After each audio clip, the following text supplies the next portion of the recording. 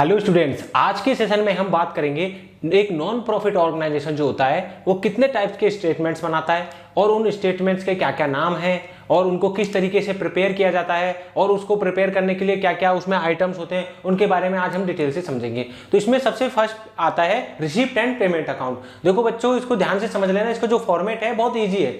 इसको सबसे पहले बनाते टाइम क्या लिखेंगे, in the books of dash dash, यानी कि जिसकी भी बुक्स में हम जिस ऑर्गेनाइजेशन की हम बुक्स बना रहे हैं उसका नाम आएगा, and receipt and payment account for the year ending dash, यानी कि जो भी उसका नाम है या फिर उसके बाद में ईयर एंडिंग जो भी होता है, यानी 31 मार्च जो भी दे रखा है उसके अंदर गिवन है क्वेश्चन में, वो आपको यहाँ पे लिखना है। फिर इसके बाद में हम क्या बनाएंगे, इसमें दो साइड्स होती है, ये आपने पिछले वाले में जान लिया कि receipt side and payment side.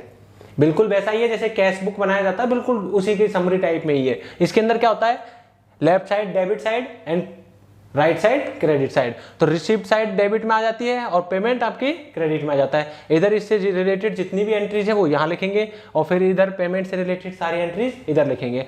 तो यहाँ पर स्टार्ट करेंगे तो सबसे पहले आपको जो बैलेंस गिवन है तो वो इसमें लिखा जाएगा। तो आप जानते हैं कि कैश और बैंक का कौन सा बैलेंस होता है, डेबिट बैलेंस होता है। तो यहाँ पर लिखेंगे इसका जो बैलेंस होगा वो क्या लिखेंगे, बैलेंस बीडी। जानते हो ना, पिछले ईयर में आपने किया था इससे रिलेटेड क्वेश्चंस को 11th में, तो बस बिल्कुल वैसा ही है। तो ये इसके अंदर क्या होगा, बैलेंस बीडी जो आपको गिवन है वो आप लिख देंगे कि कैश इन हैंड कितना गिवन है वो आप यहाँ लिख देंगे। फिर उसके बाद कैश एट बैंक जो भी गिवन है उसको यहाँ लिख देंगे। फिर उसके बाद क्या आइटम्स आ सकते हैं, subscriptions, general donation, sale of newspaper से जो भी सेल करने पे जो भी पेमेंट आया, मतलब कि आपको जो रिसीव हुआ है पेमेंट, मतलब आपको रिसीव न्यूज़पेपर सेल करते हैं तो पैसा मिलता है ना, तो ये वो अमाउंट है, तो उससे जो भी पैसा मिला है, ठीक है। सब्सक्रिप्शन का तो आप समझ ही गए होंगे कि सब्सक्रिप्शन जो लेंगे उनसे पेमेंट लेना। जनरल डोनेशन मिलते हैं आपको छोटे मोटे। इंटरेस्ट ऑन फिक्स डिपॉजिट, यानी कि आपने अगर जो भी अमाउंट पड़ा था उसको आपने फिक्स डिपॉजिट में कहीं पे जमा करवा दिया तो उससे आपको इंटरेस्ट आ रहा है, तो वो इंटरेस्ट जब आपको मिलेगा तो आप इंटरेस्ट रिसीव करेंगे तो यहाँ पर उसको रिसीव कर लेंगे। फिर उसके बाद लॉकर रेंट।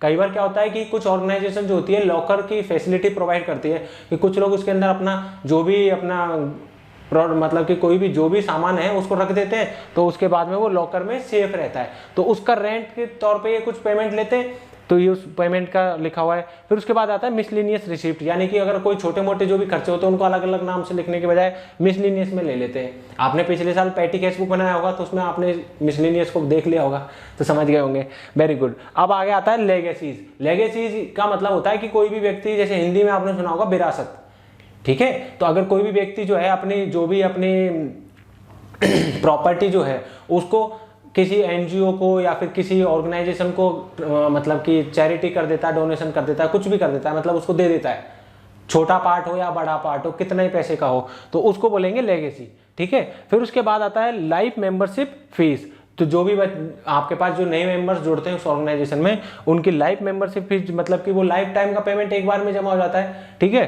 तो उस पेमेंट फीस जो भी रिसीव होती है उसको भी साइड में लिखा जाता है, ठीक है बच्चों। अब यहाँ नीचे है बैलेंस बीडी, बैंक ओवरड्राफ्ट, इसके ऊपर मैंने स्टार लगा रखा है, इसको ध्यान रखना, ठीक है, कंफ्यूज मत होना। ये बैंक ओवरड्राफ्ट क्या होता है कि एक कुछ एक कंडीशन में होता है कि मान लो आपके पास क्या होगा कि बैंक में अमाउंट कम हो जाएगा तो क्या हो जाएगा, बैंक ओवरड्राफ्ट हो जाएगा, ठीक है। ऐसी कंडीशन बहुत कम मिलती है लेकिन कभी मिल जाएगा। तो आपका जो यहाँ पर बीडी बैंक ओवरड्राफ्ट जो आपका इधर लिखा हुआ है ना डेबिट साइड में आ रहा है, तो वो यहाँ नहीं होगा, तो यही होगा, ये समझ में आया। तो इसको अभी तो समझ लो, जब क्वेश्चंस करेंगे ना तो और भी अच्छे से समझ पाओगे, क्योंकि लास्ट में बीडी तो आप जानते हो, जैसे आपका डेबिट बैलेंस निकलता है कैश और बैंक का, उसी तरीके से कैश और बैंक का डेबिट बैलेंस मिलेगा आपके यहाँ पर, cash in hand, cash at bank given है। अगर मान लो ये कम हो जाता है तो उस स्थिति में यहाँ पर बैंक ओवरड्राफ्ट होता है। अगर ये ऐसा होगा तो आपको यहाँ पर इस तरीके से शो करना पड़ेगा, ठीक है बच्चों। रिसीप्ट साइड समझ में आ गई आपको। अब रिसीप्ट के बाद आता है पेमेंट, इसी का अपोजिट है बिल्कुल। क्या है इसके अंदर, इसके अंदर मान लो कि ये मैंने देखो वापस से यहाँ पर एक और स्टार लगा के लिखा हुआ बैलेंस बीडी ओवरड्राफ्ट। अगर मान लो आपको क्वेश्चन में गिवन है कि भाई बैंक का ओवरड्राफ्ट है तो आपको तुरंत की तुरंत यहाँ पर उसको क्रेडिट साइड में लिखेंगे बैलेंस बीडी बैंक ओवरड्राफ्ट, और अगर कैश का गिवन है तो यहाँ कैश लिख देंगे। समझ में आया, क्वेश्चंस करते करते आप सीख जाएंगे। फिर उसके बाद में आता है वेजेज एंड सैलरीज। यहाँ पर देखो अमाउंट तो कोई भी नहीं है क्योंकि ये एक सैंपल फॉर्मेट है, तो आप इसको समझ सकते हो कि इसमें जो जो अमाउंट होगी वो आपको वैसे की वैसे ही लिखनी है, लेकिन यहाँ पर कुछ भी नहीं छूटेगा। जो जो अमाउंट गिवन है इसमें सारी चीजें कवर हो जाती है, बेसिक जो जो आती है ना वो सब मैंने इसमें लिख दी है। बाकी कुछ एक और चीजें हैं जो छूटती है तो वो अपन क्वेश्चंस में कवर कर लेंगे। फिर सेकंड है वेजेस एंड सैलरीज, अगर किसी को वेजेस या सैलरी पे करनी है तो उनको यहाँ पर लिखेंगे, ठीक है। फिर उसके बाद रेंट, रेट एंड टैक्सेस, तो इससे रिलेटेड जितने भी एक्सपेंसेस हैं उनको भी इसमें लिख देंगे। फिर इंश्योरेंस, इंश्योरेंस तो आप जानते हो कि आपने जो भी मेंबर्स हैं उनके या फिर किसी अपने इंश्योरेंस करवाया तो उसको इसमें लिखेंगे, क्योंकि इंश्योरेंस का पेमेंट तो करना ही पड़ेगा, तो वो इंश्योरेंस यहाँ पे आ जाएगा। फिर printing and stationery, printing and stationery, आपका प्रिंटिंग और स्टेशनरी से रिलेटेड जितने भी एक्सपेंसेस है वो सारे इसके अंदर आ जाएंगे, तो पेमेंट आप करोगे तो वो भी इस हेड में लिखेंगे। फिर उसके बाद पोस्टेज एंड कुरियर, एडवर्टीजमेंट, ये तो बहुत इजी आपके समझ में आ रहा होगा। ऑडिट फीस, ऑडिट फीस तो आप जानते हो कि जब सीए ऑडिट करने के लिए आता है तो at the end of the year तो आपको उसके टाइम पे जो फीस देनी होती है उसको बोलते हैं ऑडिट फीस। तो इसको और आज आगे डिटेल में पढ़ लेंगे। ये सारे जितने भी टॉपिक है ना, इन सबको हम दोबारा से इन सारे टर्म को अच्छे से समझ लेंगे। तो मैं इसके लिए अलग से वीडियो बनाऊंगा, उसको आप अच्छे से देख लेना, सब समझ में आ जाएगा। इस पूरे जो चैप्टर के अंदर 10 मार्क्स का आता है आपका, ठीक है। इसमें एक भी मार्क्स कटना नहीं चाहिए, इतना इजी चैप्टर है कि ये अगर आपने सिर्फ मेरी वीडियो भी देख ली ना एक बार और उसके बाद अगर बुक पढ़ी तो भी आपके 10 मार्क्स आ जाएंगे, और नहीं भी पढ़ी ना तो भी कहीं नहीं जाएंगे। 10 मार्क्स तो आपके नॉर्मली आ ही जाएंगे। फिर उसके बाद आगे के चैप्टर्स को धीरे धीरे कवर करेंगे। अब आगे चलो नेक्स्ट बात करते हैं। पोस्टेज एंड कुरियर हो गया, एडवर्टीजमेंट, ऑडिट फीस। अब होनोरेरियम, ठीक है। होनोरेरियम, अब आप सोच रहे होंगे सर ये क्या चीज आ गई। होनोरेरियम क्या होता है कि जो इसमें ऑलरेडी जो वर्क कर रहे हैं उनको तो हम सैलरी वगैरह दे देते हैं, वेजेस वगैरह दे देते हैं, लेकिन जैसे मान लो किसी डॉक्टर की अपने इन्होंने कोई ऑर्गेनाइजेशन है, उसने कोई डॉक्टर्स की हेल्प ली, यानी कि उस डॉक्टर ने कोई काम किया वहां पर कुछ दिन के लिए, तो वो जो उसको हम सैलरी तो दे नहीं सकते, वो ऑर्गेनाइजेशन उसको सैलरी तो दे नहीं सकता क्योंकि वो वहां का एम्प्लॉय तो है नहीं। तो उस स्थिति में उसको कुछ फीस देनी होगी, तो उसका नाम जो भी हम रखेंगे उसका नाम है होनोरेरियम, यानी कि उसके लिए हम जो भी उसको पैसा देते हैं उसको बोलेंगे होनोरेरियम। आगे आता है न्यूज़पेपर। न्यूज़पेपर ये भी एक्सपेंसेस है आपका, तो जितने भी पेमेंट में क्या क्या आएंगे, जो भी एक्सपेंसेस है वो सारे आ जाएंगे। अब समझ में आ गया ना। उसके बाद में आता है बैलेंस शीट। अब ये तो आप समझ गए, जब इतना सारा अमाउंट लिखेंगे उसके बाद क्या होगा कि आपके रिसीप्ट ज्यादा होंगी और पेमेंट कम होगा, तो आपका क्या बन जाएगा इधर, बैलेंस सीडी। तो ये जो बैलेंस सीडी आ जाएगा तो क्या आएगा, कैश इन हैंड कितना है अमाउंट, कैश एट बैंक कितना है अमाउंट, और ये इसमें टोटल कर देंगे फिर नीचे। समझ में आ गया बच्चों, इतना इजी है ये। तो यहाँ पे आपका रिसीप्ट एंड पेमेंट अकाउंट समझ में आ गया होगा। तो चलो अब नेक्स्ट इनकम एंड एक्सपेंडिचर को समझते हैं। अब बात करते हैं इनकम एंड एक्सपेंडिचर अकाउंट की। इसको किस तरीके से प्रिपेयर किया जाता है और इसमें क्या क्या आइटम्स आते हैं, किस साइड में कौन सा आइटम आता है, इसको हम अच्छे से समझेंगे। देखो इसके अंदर बिल्कुल सेम वही फॉर्मेट है जो रिसीप्ट एंड पेमेंट अकाउंट में था, लेकिन उसमें कुछ फर्क है। Income and expenditure account for the year ending वही की वही सेम होगा। इसमें आपको लिख देना है कि कब के लिए बनाया गया, तो उसमें लिख देंगे कि for the year ending of dash dash, ठीक है, इस तरीके से। अब इसमें डेबिट साइड और क्रेडिट साइड वही की वही है। तो अब इसमें क्या होगा कि आपका एक्सपेंडिचर आएंगे डेबिट साइड में, ठीक है, यानी लेफ्ट हैंड साइड में डेबिट साइड और आपका right hand side credit side. और इसमें क्या आएगा, क्रेडिट साइड में इनकम। जैसे आपने पिछले साल पीएनएल अकाउंट बनाया था, प्रॉफिट एंड लॉस अकाउंट, उसके अंदर क्या होता था, राइट साइड में आप क्या लिखते थे, जितने भी आपके इनकम होती थे आप वो लिखते थे, और लेफ्ट साइड में क्या लिखते थे, जितने भी आपके एक्सपेंसेस हुआ करते थे, यानी जो भी लॉस हुआ था उसको लिखते थे। तो ये बिल्कुल वैसा ही है। तो आपके डेबिट साइड में क्या लिखेंगे, एक्सपेंडिचर। तो आपके जो भी एक्सपेंडिचर होगा वो हम लेफ्ट साइड में लिखेंगे, यानी कि डेबिट साइड में। तो देखो इसमें सबसे पहले क्या आता है, printing and stationery, lighting, rates and taxes, telephone charges, wages and salaries, insurance premium. तो ये सारे क्या हो गए आपके एक्सपेंसेस। जितने भी आपके एक्सपेंसेस है उनको पे करेंगे, तो क्या कितना कितना अमाउंट किया वो सब इसमें लिख देंगे। फिर उसके बाद में ये सब कर दिया आपने। अगर इसके ये लिखने के बाद में फिर आगे आएगा आपका सरप्लस। अगर सरप्लस कब होगा, excess of income over expenditure, यानी कि आपकी जो इनकम है वो एक्सेस हो जाएगी, यानी कि इनकम साइड ज्यादा आएगा और एक्सपेंडिचर साइड कम आएगा। क्या लिखा हुआ है, excess of income over expenditure. तो ये सरप्लस कब होगा, जब आपकी इनकम एक्सपेंडिचर से ज्यादा हो जाएगी। याद रखना यहाँ पर ये प्रॉफिट नहीं होगा, पीएनएल में क्या होता था, नेट प्रॉफिट हो जाता था, लेकिन इसमें क्या होगा, सरप्लस। क्या होगा, सरप्लस। यस और नो, समझ में आया। तो अब इसके अंदर क्या होगा, excess of income over expenditure. तो जब इससे ज्यादा हो जाएगी तो यहाँ पर जो अमाउंट लिखा जाएगा वो क्या कहलाएगा, सरप्लस। ठीक है बच्चों, तो ये जो सरप्लस अमाउंट है ये फिर आगे बैलेंस शीट में ट्रांसफर होगा। कैसे होगा, किस अकाउंट में होगा, वो आगे सीखेंगे, ठीक है। तो यहाँ पर इसका फिर टोटल हो जाएगा। समझ में आया। तो ये आपका डेबिट साइड आपके समझ में आ गया। अब बात करते हैं क्रेडिट साइड की।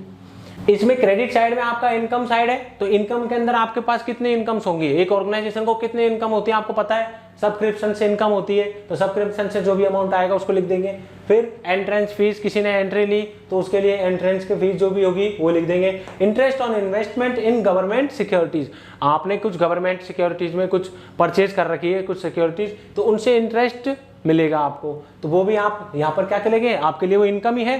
तो एक चीज ध्यान रखना बच्चों, इनकम एंड एक्सपेंडिचर अकाउंट के अंदर केवल रेवेन्यू रिसीव्ड से रिलेटेड ही लिखा जाएगा, ठीक है। रेवेन्यू नेचर के आइटम्स को ही लिखेंगे, ध्यान रखना, चाहे वो रेवेन्यू नेचर एक्सपेंडिचर का हो चाहे इनकम का हो, सिर्फ रेवेन्यू नेचर ध्यान रखना।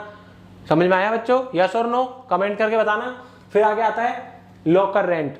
लॉकर रेंट से भी आपको इनकम होती है, रिसिप्ट एंड पेमेंट अकाउंट में सीखा था ना, तो ठीक वैसा ही है। तो लॉकर रेंट से आपको जो भी पेमेंट मिलेगा वो किस में आएगा, इनकम साइड में, तो आपकी इनकम है तो वो भी अमाउंट लिख देंगे। फिर उसके बाद अगर इनकेस अगर आपके पास में इनकम कम होती है, क्या होता है, इनकम कम होती है, तो फिर आपको क्या होगा, लॉस हो जाएगा। तो यहाँ पर इस नॉन और एनपीओ के अंदर, तो यहाँ पर एनपीओ में क्या होगा, उसको क्या कहेंगे, लॉस थोड़ी कहेंगे, डेफिसिट कहेंगे। क्या कहेंगे, डेफिसिट। और प्रॉफिट हुआ यानी कि अर्निंग ज्यादा हुई तो क्या लिखेंगे, सरप्लस, तो इसको बोलेंगे डेफिसिट। तो जब क्या होगा, excess of expenditure over income. जब एक्सेस ऑफ एक्सपेंडिचर यानी कि जब आपका एक्सपेंडिचर जो है, यानी कि जो आपका एक्सपेंडिचर जो है वो इनकम से ज्यादा हो जाएगा, समझ में आया, यानी इनका टोटल ज्यादा हो जाएगा और आपका इनकम का टोटल कम हो जाएगा, तो वो क्या कहलाएगा, डेफिसिट कहलाएगा। तो ठीक है, तो इसका जो टोटल कर देंगे तो फिर क्या आएगा, यहाँ पर डेफिसिट लिख देंगे। तो फिर ये इसको भी यहाँ पे हम आगे हम बैलेंस शीट में ट्रांसफर करेंगे, ठीक है, इसको लेस कर देंगे, सरप्लस को ऐड कर देंगे। ये तो सिंपल सा ही आप समझते हो ना, वही नेट प्रॉफिट नेट लॉस वाला ही सिस्टम है। तो ये समझ में आ गया यहाँ तक बच्चों।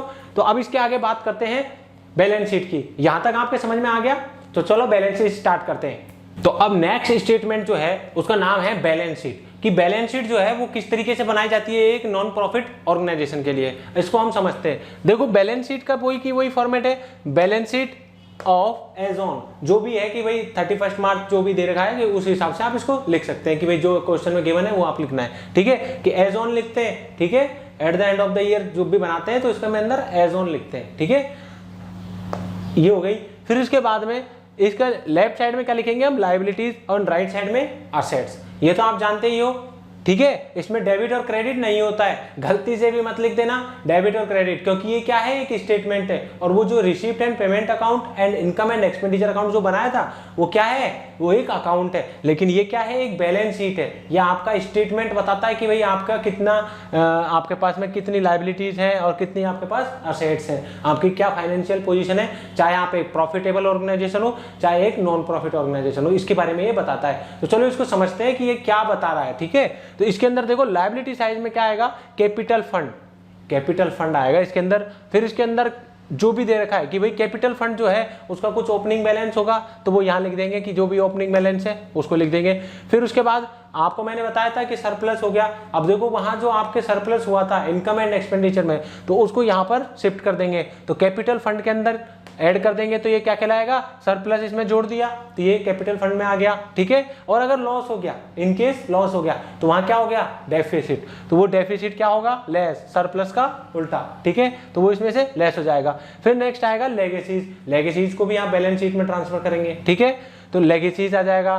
फिर entrance fees, life membership fees, bank overdraft, फिर उसके बाद में आउटस्टैंडिंग एक्सपेंसेस, अगर कोई एक्सपेंसेस आउटस्टैंडिंग है तो उसको लिख देंगे। इनकम रिसीव्ड इन एडवांस, अगर कोई इनकम जो है वो आपको एडवांस में रिसीव हो गई है तो उसको आप नीचे लिख देंगे, ठीक है बच्चों। तो ये आपका लेफ्ट साइड कवर हो गया, यानी कि लायबिलिटीज कवर हो गई। अब उसके बाद में आती है असेट्स, तो असेट्स में क्या क्या आएगा, असेट्स में मान लो कोई प्रीवियस बैलेंस गिवन है तो आप उसको लिख देंगे यहाँ पर, ठीक है। हर क्वेश्चन में अलग अलग तरीके का होगा, ये एक बेसिक फॉर्मेट है जो आपको समझा रहे हैं। फिर उसके बाद में क्या होगा कि जब आप क्वेश्चंस निकालेंगे तो इससे रिलेटेड जब आप क्वेश्चंस निकालेंगे ना तो उनका आपको करना बहुत ईजी तरीके से आ जाएगा कि इसको किस तरीके से सॉल्व किया जाता है, ठीक है। तो आप भी एक आराम से किसी भी ऑर्गेनाइजेशन के बैलेंस शीट को बना पाएंगे, ठीक है। तो उसके बाद में आपका जो प्रीवियस बैलेंस है उसको यहाँ पर लिख देंगे। फिर उसके बाद उसमें ऐड करेंगे purchase in the current period, यानी कि अगर कोई करंट पीरियड में आपने कोई परचेज करी है तो उसको ऐड कर देंगे, तभी तो आपकी असेट इंक्रीज होगी कि नहीं होगी, हाँ। फिर उसके बाद में लेस करेंगे book value of the asset sold, अगर कोई असेट को सोल्ड कर दिया या फिर डिस्पोज्ड ऑफ हो गया, मतलब उसके डेप्रिसिएशन होकर वो खत्म हो गई है, या फिर मान लो कोई लॉस हो गया किसी भी तरीके से, मान लो आग लग गई, चोरी हो गई, कुछ भी, तो वो क्या करेंगे, डिस्पोज ऑफ हो जाएगी। तो उस जगह पे तो वो बुक वैल्यू को लेस कर देंगे, उसकी जो बुक वैल्यू होगी उसको क्या कर देंगे, लेस कर देंगे। समझ में आया? तो उसको यहाँ पर लिख देंगे। फिर उसके बाद में आपके एसेट का जो क्लोजिंग बैलेंस है वो यहाँ पर लिख देंगे। ठीक है। फिर उसके बाद स्टॉक ऑफ कंज्यूमेबल आइटम्स, आपकी जो कंज्यूमेबल आइटम्स हैं उनकी स्टॉक, यानी कि अगर मान लो कि कोई ऐसा आइटम है जिसको आप कंज्यूम कर सकते हो तो उनका स्टॉक क्या है उसको भी लिख देंगे इसके अंदर। फिर उसके बाद कैश इन हैंड और बैंक, यानी कि आपके कैश कितना हाथ में है और कितना बैंक में है, वो जो भी अमाउंट है वो सब यहाँ पर लिख देंगे। ठीक है। तभी तो आपके एसेट का पता लगेगा कि at the end of the year आपके पास कितना कैश हाथ में है और कितना बैंक में है। ठीक है, बैंक के अंदर है।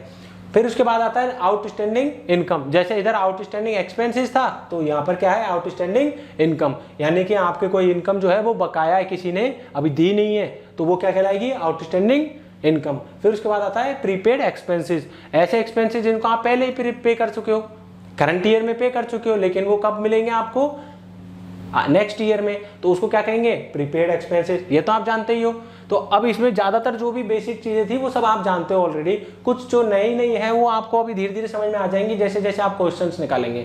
ठीक है बच्चों, बहुत इजी कॉन्सेप्ट है इसके। यहाँ तक मेरे ख्याल से आपको सब समझ में आ गया होगा कि ये 3 टाइप्स के स्टेटमेंट्स बनाते हैं, receipt and payment account, income and expenditure account and balance sheet. ये तीनों किस तरीके से बनाए जाते हैं, इनका बेसिक फॉर्मेट मैंने बता दिया। मैं चाहता तो डायरेक्ट आपको क्वेश्चन भी दे सकता था, लेकिन क्या है, अगर ये बेसिक फॉर्मेट आपको एक बार समझ में आ गया तो उसके बाद आराम से आप क्वेश्चन निकाल सकते हो। ठीक है, तो आप अपनी बुक से इस बार अच्छे से पढ़ लेना, फिर उसके बाद आगे हम धीरे धीरे जो भी वीडियो है उनको डालते रहेंगे, तो आप उनसे पढ़ना और अच्छे से सीखना। अगर आपने 1-2 बार इसको अच्छे से वीडियो को देख लिया, थोड़ी सी प्रैक्टिस कर ली, तो आपके 10 मार्क्स कहीं नहीं गए इस चैप्टर्स के, 10 मार्क्स पूरे मिल जाएंगे आपको, क्योंकि इतना इजी चैप्टर है, इसको सारे बच्चे कर लेते हैं। तो इसमें आप गलती मत करना कि 1 2 3 मार्क्स कुछ कट जाए, आपके पूरे 10 मार्क्स आपको चाहिए। समझ में आया? अच्छे मार्क्स गेन करने तो अच्छे से पढ़ो, अच्छे से मेहनत करो, और जो भी पढ़ाया जा रहा है उसको अच्छे से समझो।